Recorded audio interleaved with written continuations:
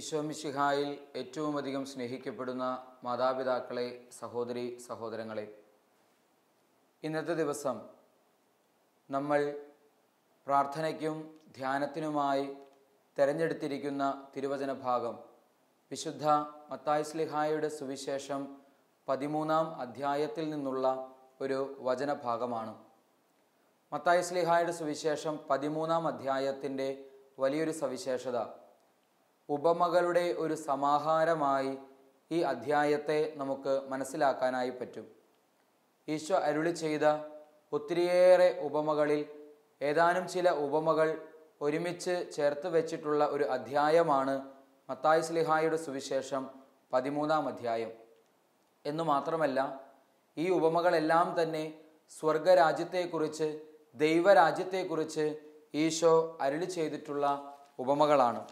നമ്മൾ മത്തായി ശ്ലീഹായുടെ സുവിശേഷം 13-ാം അധ്യായത്തിൽ വായിക്കുന്ന ഉപമകൾ ഏതൊക്കെയാണ്? വിതക്കാരൻ്റെ ഉപമ, കളകളുടെ ഉപമ, കടുകുമണിയുടെ ഉപമ, പുളിമാവിൻ്റെ ഉപമ, വയലിൽ ഒളിച്ചു വെച്ച നിധിയുടെ ഉപമ, നല്ല രത്നം തേടുന്ന വ്യാപാരിയുടെ ഉപമ, മത്സ്യം ശേഖരിക്കാൻ കടലിൽ എറിയപ്പെട്ട വലയുടെ ഉപമ. എല്ലാം തന്നെ സ്വർഗരാജ്യത്തെക്കുറിച്ച്, ദൈവരാജ്യത്തെക്കുറിച്ച് പഠിപ്പിക്കാൻ ഈശോ പറഞ്ഞ ഉപമകളായിരുന്നു. ഓരോന്നും ആരംഭിക്കുന്നത് ഇപ്രകാരമാണ്: ഒരുവൻ വയലിൽ നല്ല വിത്ത് വിതയ്ക്കുന്നതിനോട് സ്വർഗരാജ്യത്തെ ഉപമിക്കാം. രണ്ടാമതായി നമ്മൾ കാണുന്ന കടുകുമണിയുടെ ഉപമയിൽ സ്വർഗരാജ്യം ഒരുവൻ വയലിൽ പാകിയ കടുകുമണിക്ക് സദൃശ്യം. മൂന്നാമതായി 3 ഇടങ്ങഴി മാവിൽ അത് പുളിക്കുവോളം ഒരു സ്ത്രീ ചേർത്ത പുളിപ്പിന് സദൃശ്യമാണ് സ്വർഗരാജ്യം. നാലാമതായി, സ്വർഗരാജ്യം വയലിൽ ഒളിച്ചു വച്ചിരിക്കുന്ന നിധിക്ക് തുല്യമാണ്. അഞ്ചാമതായി, നല്ല രത്നങ്ങൾ തേടുന്ന വ്യാപാരിക്ക് തുല്യമാണ് സ്വർഗരാജ്യം. അഞ്ചാമതായി, സ്വർഗരാജ്യം എല്ലാത്തരം മത്സ്യങ്ങളെയും ശേഖരിക്കാൻ കടലിൽ എറിയപ്പെട്ട വലയ്ക്ക് തുല്യമാണ്. പ്രിയപ്പെട്ടവരെ, ഈ അധ്യായത്തിൽ വിവരിക്കുന്ന ഉപമകളെല്ലാം തന്നെ സ്വർഗരാജ്യവുമായി, ദൈവരാജ്യവുമായി ബന്ധമുള്ള ഉപമകളാണ്.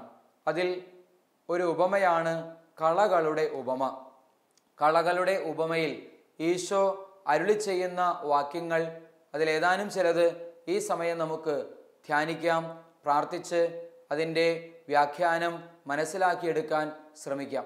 മത്തായി ശ്ലീഹായുടെ സുവിശേഷം 13-ാം അധ്യായം 24 മുതൽ 30 വരെയുള്ള വാക്യങ്ങളിലായിട്ടാണ് കളകളുടെ ഉപമ നമ്മൾ വായിക്കുന്നത്. അതിലെ ആദ്യ വാചകം തന്നെ ഇപ്രകാരമാണ്: ഒരുവൻ വയലിൽ നല്ല വിത്ത് വിതയ്ക്കുന്നതിനോട് സ്വർഗരാജ്യത്തെ ഉപമിക്കാം. പ്രിയപ്പെട്ടവരെ, ഈ വാചകത്തിൽ പറയുന്ന ആദ്യ വാക്ക് ഒരുവൻ എന്ന പദമാണ്. ആരെയാണ് ഒരുവൻ എന്ന് പറയുമ്പോൾ അർത്ഥമാക്കുന്നത്? അത് തീർച്ചയായും ദൈവപുത്രനായ, മനുഷ്യപുത്രനായ ഈശോ തന്നെയാണ്. ഈശോ എന്ന കർഷകൻ, വിതക്കാരൻ ഇതാ വിത്ത് വിതയ്ക്കുകയാണ്. ഒരുവൻ വയലിൽ നല്ല വിത്ത് വിതയ്ക്കുന്നതിനോട് സ്വർഗരാജ്യത്തെ ഉപമിക്കാം. എന്താണ് വയൽ എന്ന് പറഞ്ഞാൽ? എന്തിനെയാണ് വയൽ എന്ന് പറയുമ്പോൾ ഉദ്ദേശിക്കുന്നത്? അത് ഈ ഭൂമി തന്നെയാണ്, ലോകം തന്നെയാണ്. ലോകമാകുന്ന വയലിൽ ദൈവപുത്രനായ, മനുഷ്യപുത്രനായ ഈശോ ഇതാ വിത്ത് വിതയ്ക്കുന്നു.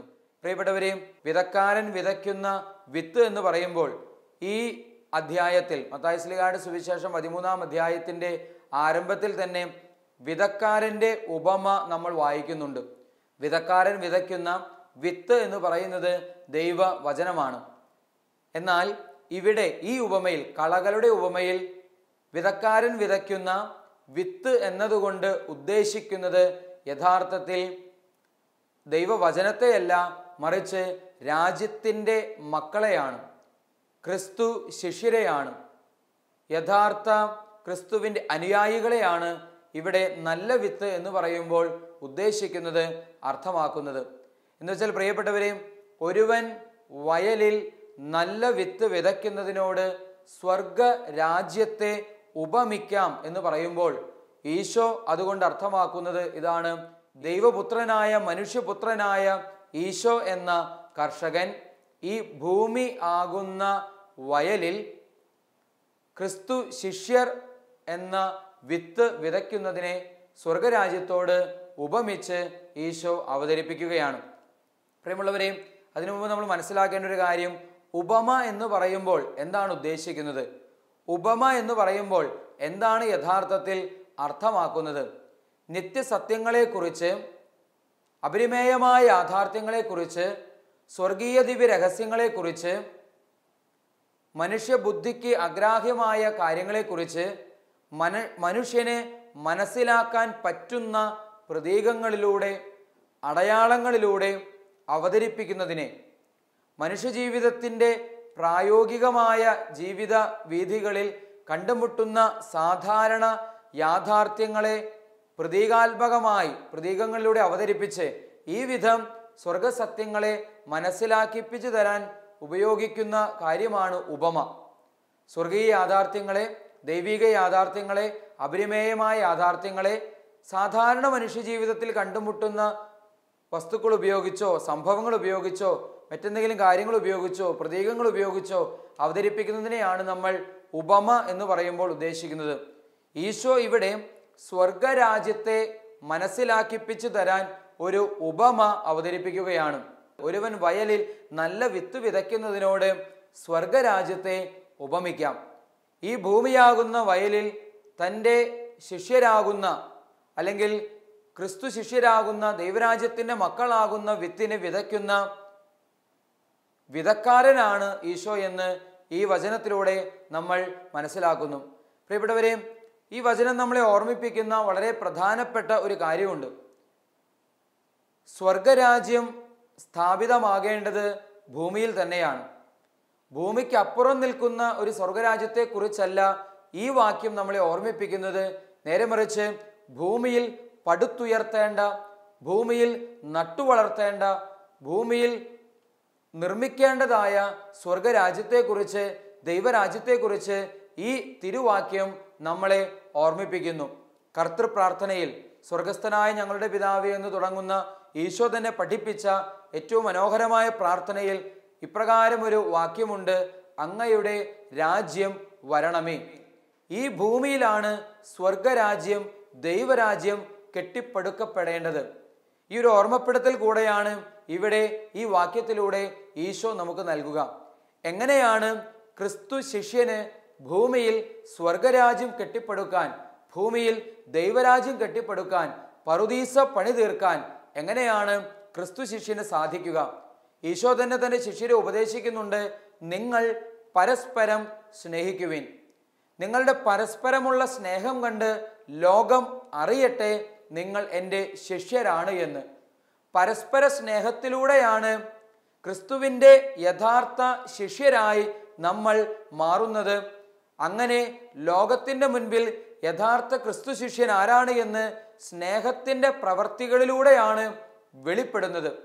അങ്ങനെയാണെങ്കിൽ പ്രിയപ്പെട്ടവരെ, ഈ ലോകത്തുള്ള എല്ലാ മനുഷ്യരെയും എൻ്റെ സ്വന്തം കൂടപ്പിറപ്പുകളായി, സഹോദരി സഹോദരങ്ങളായി കാണുവാൻ സാധിക്കുമ്പോൾ, ജാതിയുടെയോ മതത്തിൻ്റെയോ വർഗത്തിൻ്റെയോ വർണ്ണത്തിൻ്റെയോ വ്യത്യാസം കൂടാതെ ഈ ഭൂമിയിലുള്ള സകലരെയും എൻ്റെ സഹോദരി സഹോദരങ്ങളായി കാണുവാൻ, ദൈവപിതാവിൻ്റെ മക്കളായി കാണുവാൻ, അങ്ങനെ അപരനെ സഹായിക്കുവാൻ, കരം നീട്ടാൻ എപ്പോഴെല്ലാം തയ്യാറാകുന്നുവോ അപ്പോഴെല്ലാം ക്രിസ്തുവിൻ്റെ യഥാർത്ഥ ശിഷ്യരാകുന്നു. അതിലൂടെ സ്വർഗരാജ്യം ഭൂമിയിൽ കെട്ടിപ്പടുക്കാൻ നമ്മൾ ശ്രമിക്കുകയും ചെയ്യുന്നു. സ്വർഗം എന്ന് പറയുമ്പോൾ നമുക്കറിയാം, ആനന്ദത്തിൻ്റെ, ആഹ്ലാദത്തിൻ്റെ, കണ്ണു കണ്ടിട്ടില്ലാത്ത, കാതു കേട്ടിട്ടില്ലാത്ത, മനുഷ്യഹൃദയം ആസ്വദിച്ചിട്ടില്ലാത്ത അപരിമേയമായ സന്തോഷത്തിൻ്റെ, ആഹ്ലാദത്തിൻ്റെ ഇടമാണ് സ്വർഗരാജ്യം. അപ്രകാരമുള്ള ദുഃഖങ്ങളില്ലാത്ത, സങ്കടങ്ങളില്ലാത്ത, രോഗങ്ങളില്ലാത്ത, ദുരിതങ്ങളോ ദുരന്തങ്ങളോ ഇല്ലാത്ത, സന്തോഷവും സ്നേഹവും സമാധാനവും നിറഞ്ഞു നിൽക്കുന്ന ഈ സ്വർഗത്തിൻ്റെ അവസ്ഥ ഭൂമിയിൽ എങ്ങനെയാണ് നമുക്ക് സ്ഥാപിക്കാനായിട്ട് സാധിക്കുക? കണ്ടുമുട്ടുന്ന ഓരോ വ്യക്തികളിലും കർത്താവിൻ്റെ മുഖം കണ്ടുകൊണ്ട് സഹായിക്കാനും, ആശ്വസിപ്പിക്കാനും, സഹായ ഹസ്തം നീട്ടാനും, കാരുണ്യത്തിൻ്റെ പ്രവർത്തികൾ ചെയ്യാനും, ഉപവിപ്രവർത്തികൾ കാഴ്ചവെക്കാനും നമുക്ക് സാധിച്ചാൽ, പ്രിയപ്പെട്ടവരെ, ഭൂമിയിൽ നമ്മൾ സ്വർഗരാജ്യം പണിയുകയാണ്. നിന്റെ മുൻപിലേക്ക് കടന്നു വരുന്ന ഒരു രോഗിയുടെ മുൻപിൽ സ്വയം ഔഷധമായി മാറുവാൻ, ലേപനമായി മാറുവാൻ, മരുന്നായി മാറുവാൻ നിനക്ക് സാധിക്കുന്നുണ്ടോ? അങ്ങനെയെങ്കിൽ ഭൂമിയിൽ നീ സ്വർഗരാജ്യം കെട്ടിപ്പടുക്കുകയാണ്. ദാരിദ്ര്യ ദുഃഖം കടബാധ്യത അനുഭവിക്കുന്ന ഒരു വ്യക്തിക്ക് സഹായമായി നിന്റെ കൈവശമുള്ളത് നൽകാൻ നീ തയ്യാറാകുന്നുണ്ടെങ്കിൽ ഓർക്കുക, ഭൂമിയിൽ സ്വർഗരാജ്യം കെട്ടിപ്പടുക്കാൻ നീ ശ്രമിക്കുകയാണ്.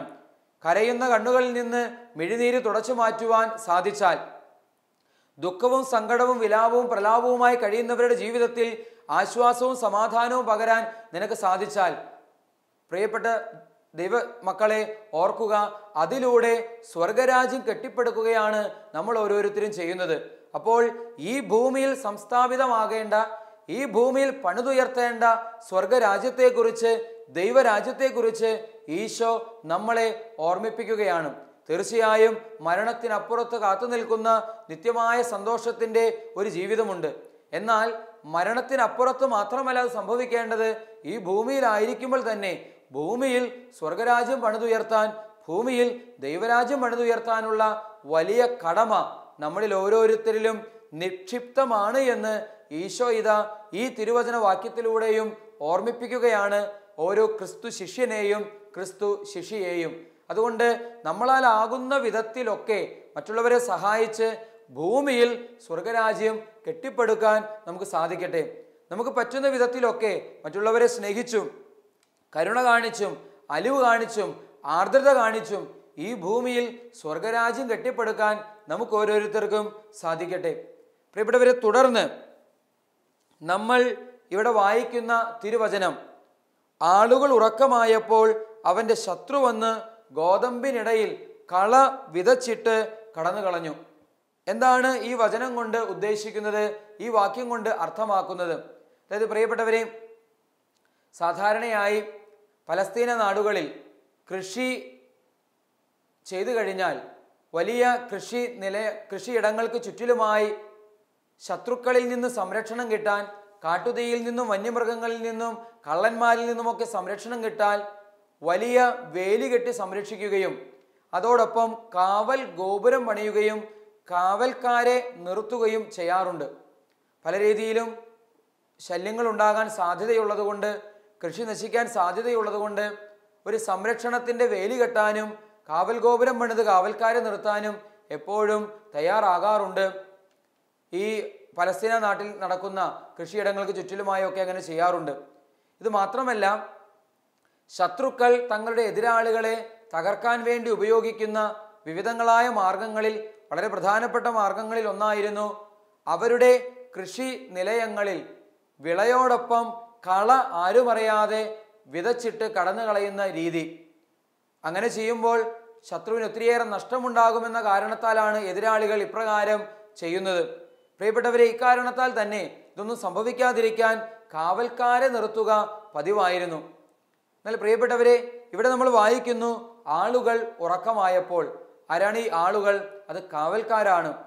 കാവൽ നിൽക്കേണ്ടവർ ഉറങ്ങിപ്പോയി. ജാഗ്രതയോടെ ഉണർന്നിരിക്കേണ്ടവർ ഉറങ്ങിപ്പോയി. ഉണർവോടെ മിഴിപൂട്ടാതെ കണ്ണും തുറന്ന് കാത്തിരിക്കേണ്ടവർ ഇതാ ഉറങ്ങിപ്പോയി. അങ്ങനെ അവർ ഉറങ്ങിപ്പോയപ്പോൾ ശത്രു കടന്നു വരുന്നു, കള വിതയ്ക്കുന്നു, കടന്നു പോകുന്നു. പ്രിയപ്പെട്ടവരെ ഓർക്കുക, ഉണർവോടെ ഇരിക്കേണ്ടവർ, മിഴി തുറന്ന് ആയിരിക്കേണ്ടവർ, ജാഗ്രത പുലർത്തേണ്ടവർ ഇതാ അതിന് തയ്യാറാകാതെ ഇരിക്കുമ്പോൾ സംഭവിക്കുന്ന അപകടമാണിത്. അങ്ങനെയാണെങ്കിൽ ഇവിടെ ഉറക്കം എന്ന വാക്കുകൊണ്ട് എന്താണ് ഉദ്ദേശിക്കുന്നത്? അലസത, മന്ദിപ്പ്, ഉത്സാഹമില്ലായ്മ, ജാഗ്രതയില്ലായ്മ, ശ്രദ്ധയില്ലായ്മ, ഏകാഗ്രതയില്ലായ്മ, കരുതലില്ലായ്മ, ഇതൊക്കെയാണ് ഉറക്കം എന്ന വാക്കുകൊണ്ട് ഇവിടെ ഉദ്ദേശിക്കുന്നത്. യഥാർത്ഥത്തിൽ ഈ കാവൽക്കാരുടെ ദൗത്യമായിരുന്നു, ജോലിയായിരുന്നു ഉണർവോടെ ഇരിക്കുക എന്നുള്ളത്, ജാഗ്രതയോടെ ഇരിക്കുക എന്നുള്ളത്. അതാണ് അവരെ ഏൽപ്പിച്ചിരുന്നത്, അതായിരുന്നു അവരുടെ ദൗത്യം, കടമ. എന്നാൽ അവർ അതിൽ വീഴ്ച വരുത്തുന്നു. അതിൻ്റെ ഫലമായി ശത്രു കടന്നു വരുന്നു, കള വിതയ്ക്കുന്നു, കടന്നു പോകുന്നു. അതിൻ്റെ ബുദ്ധിമുട്ടുകൾ പിന്നീട് സംഭവിക്കുന്നു. പ്രിയപ്പെട്ടവരെ, നമ്മുടെ അനുദിന ജീവിതത്തിൽ നമ്മളും കാവൽക്കാരായി മാറേണ്ട ഒത്തിരിയേറെ കാര്യങ്ങൾ ജീവിതത്തിലുണ്ട്. കർത്താവ് നമ്മളെ പലപ്പോഴും പല കാര്യങ്ങൾക്കും കാവൽക്കാരാക്കി നമ്മളെ മാറ്റിയിട്ടുണ്ട്. അത്തരമൊരു ഉത്തരവാദിത്വം നമ്മളെ ഏൽപ്പിച്ചിട്ടുണ്ട്. ഉദാഹരണത്തിന്, ഒരു കുടുംബത്തിൽ കുടുംബനാഥ മക്കളുടെ കാവൽക്കാരാണ്. ഒരു ഭർത്താവ് തൻ്റെ ഭാര്യയുടെ കാവൽക്കാരനാണ്. മാതാപിതാക്കൾ മക്കളുടെ കാവൽക്കാരാണ്. പ്രിയപ്പെട്ടവരെ, ഇതുപോലൊരു സ്ഥാപനത്തിൽ ആ സ്ഥാപനത്തിൻ്റെ ഉടമ ആ സ്ഥാപനത്തിൻ്റെ കാവൽക്കാരനാണ്. ഒരു പ്രസ്ഥാനത്തിൽ അതിൻ്റെ നേതൃത്വം വഹിക്കുന്നവർ ആ പ്രസ്ഥാനത്തിൻ്റെ കാവൽക്കാരനാണ്. അതല്ലെങ്കിൽ ഏതൊരു ദേശത്തിനും ഏതൊരു നാടിനും ഭരണാധികാരികളുണ്ട്. യഥാർത്ഥത്തിൽ അവർ കാവൽക്കാരാണ്. മിഴി പൂട്ടിയാൽ, കണ്ണടച്ചാൽ, ജാഗ്രത ഒരു നിമിഷം നഷ്ടപ്പെട്ടാൽ, ഏകാഗ്രത, ശ്രദ്ധ, കരുതൽ നഷ്ടപ്പെട്ടാൽ അതിലൂടെ ശത്രു കടന്നു വരാൻ, കള വിതയ്ക്കാൻ സാധ്യതയുണ്ട്. കുടുംബജീവിതത്തിൽ ഓർക്കുക, മാതാപിതാക്കൾ മക്കളുടെ കാവൽക്കാരായി മാറേണ്ടവരാണ്. സഹോദരി സഹോദരങ്ങൾ പരസ്പരം കരുതലായി കാവലായി മാറേണ്ടതാണ്. ആബേലിനെ കായൻ കൊന്നുകളഞ്ഞപ്പോൾ ദൈവം പ്രത്യക്ഷപ്പെട്ട് കായനോട് ചോദ്യം ചെയ്യുന്നുണ്ട്, നിന്റെ സഹോദരൻ ആബേൽ എവിടെ? അതിന് കായൻ തിരിച്ചു ചോദിക്കുന്നു, ഞാനാണോ എൻ്റെ സഹോദരൻ്റെ കാവൽക്കാരൻ? ദൈവം അതിന് ഉത്തരം പറയുന്നില്ലെങ്കിലും ഒരു കാര്യം അതിൽ സത്യമാണ്, നമ്മൾ തന്നെയാണ് സഹോദരൻ്റെ കാവൽക്കാരനായി മാറേണ്ടത്. എൻ്റെ സഹോദരൻ്റെ സഹോദരിയുടെ കാവൽക്കാരനായി ഞാൻ മാറണം. അവരുടെ സമ്പത്തിൻ്റെ, ആരോഗ്യത്തിൻ്റെ, സൽപ്പേരിൻ്റെ, സ്വഭാവശുദ്ധിയുടെ, ചാരിത്രശുദ്ധിയുടെ ഒക്കെ കാവൽക്കാരനായി മാറാനുള്ള ഉത്തരവാദിത്വം ഓരോ ക്രിസ്തു ശിഷ്യനിലും അടങ്ങിയിട്ടുണ്ട്. ജാഗ്രതയോടെ ഉണർന്നിരിക്കാനുള്ള ഉത്തരവാദിത്വം. മക്കളുടെ കാവൽക്കാരായി മാതാപിതാക്കൾ മാറണം. ഭാര്യയുടെ കാവൽക്കാരനായി ഭർത്താവ് മാറണം. മദ്യപിച്ച് സുബോധമില്ലാതെ രാത്രിയുടെ യാമങ്ങളിൽ എപ്പോഴോ വൈകി വരുന്ന ഒരു ഭർത്താവിനെ ഭയത്തോടും സങ്കടത്തോടും കൂടെ കാത്തു നിൽക്കുന്ന ഭാര്യയ്ക്ക് എന്ത് സുരക്ഷിതത്വമാണ് ഭർത്താവിന് നൽകാനായിട്ട് സാധിക്കുക? യഥാർത്ഥത്തിൽ കാവൽക്കാരനാകാൻ വേണ്ടി ദൈവം നിന്നെ ഏൽപ്പിച്ചിരിക്കുകയാണ് നിന്റെ പങ്കാളിയെ. എന്നാൽ അങ്ങനെ കാവൽക്കാരനാകാൻ നിനക്ക് സാധിക്കുന്നുണ്ടോ? ഭർത്താവ് ഏതെങ്കിലും തരത്തിൽ അശുദ്ധ മാർഗങ്ങളിലൂടെ, തെറ്റായ മാർഗങ്ങളിലൂടെ നടക്കുമ്പോൾ അവന് വേണ്ടി ദൈവസന്നിധിയിൽ നിരന്തരം പ്രാർത്ഥനകൾ ഉയർത്തി, യാചനകൾ ഉയർത്തി, അർത്ഥനകൾ ഉയർത്തി അവന് ചുറ്റും സംരക്ഷണത്തിൻ്റെ പ്രാർത്ഥനയുടെ കോട്ട കെട്ടാനുള്ള ഉത്തരവാദിത്വം ഭാര്യയ്ക്കുണ്ട്. കാവൽക്കാരിയായി മാറാനുള്ള ഉത്തരവാദിത്വം. എന്നാൽ ജാഗ്രതയോടെ കരുതലോടെ കാത്തിരിക്കാൻ തയ്യാറാകാതെ ടിവിയും സിനിമയും സീരിയലും ഒക്കെയായി ജീവിതം നശിച്ചു പോകുമ്പോൾ ഓർക്കുക പ്രിയപ്പെട്ടവരെ, കാവലായി തീരാനുള്ള വലിയ ഉത്തരവാദിത്വമാണ് നമുക്ക് നഷ്ടപ്പെടുന്നത്. ഇതാ വചനം നമ്മളെ ഓർമ്മിപ്പിക്കുകയാണ് ഉറക്കം വിട്ട് ഉണരേണ്ടതിൻ്റെ ആവശ്യകതയെക്കുറിച്ച്. നമ്മൾ റോമാക്കാർക്ക് എഴുതിയ ലേഖനം 13-ാം അധ്യായം 11 മുതൽ 14 വരെയുള്ള വാക്യങ്ങൾ വായിക്കുന്നു. നിദ്ര വിട്ട് ഉണരേണ്ട മണിക്കൂറാണല്ലോ ഇത്. രാത്രി തീരാറായി, പകൽ സമീപിച്ചിരിക്കുന്നു. അതിനാൽ നമുക്ക് അന്ധകാരത്തിൻ്റെ പ്രവൃത്തികളെ പരിത്യജിച്ച് പകലിൻ്റെ പ്രവർത്തികൾ ചെയ്യാം. പകലിന് യോജിച്ച വിധത്തിൽ നമുക്ക് പെരുമാറാം. ഇനി മുതൽ ആരും മദ്യലഹരിയിലോ അവഹിത വേഴ്ചയിലോ വിഷയാസക്തിയിലോ വ്യഭിചാരത്തിലോ വ്യാപരിക്കരുത്, മറിച്ച് കർത്താവായ ക്രിസ്തുവിനെ ധരിക്കുവിൻ. വീണ്ടും ഇതാ എഫേസ്യർക്കാർക്ക് എഴുതിയ ലേഖനം 5-ാം അധ്യായം 14-ാം വാക്യത്തിൽ നമ്മൾ വായിക്കുന്നു, ഉറങ്ങുന്നവനെ ഉണരുക, മരിച്ചവരിൽ നിന്ന് എഴുന്നേൽക്കുക, ക്രിസ്തു നിന്നിൽ പ്രകാശിക്കുന്നു. ഉറങ്ങുന്നവനെ ഉണരുക ആവശ്യപ്പെടുകയാണ് വചനം. ഉറങ്ങുന്നവനെ നിദ്ര വിട്ട് ഉണരുക.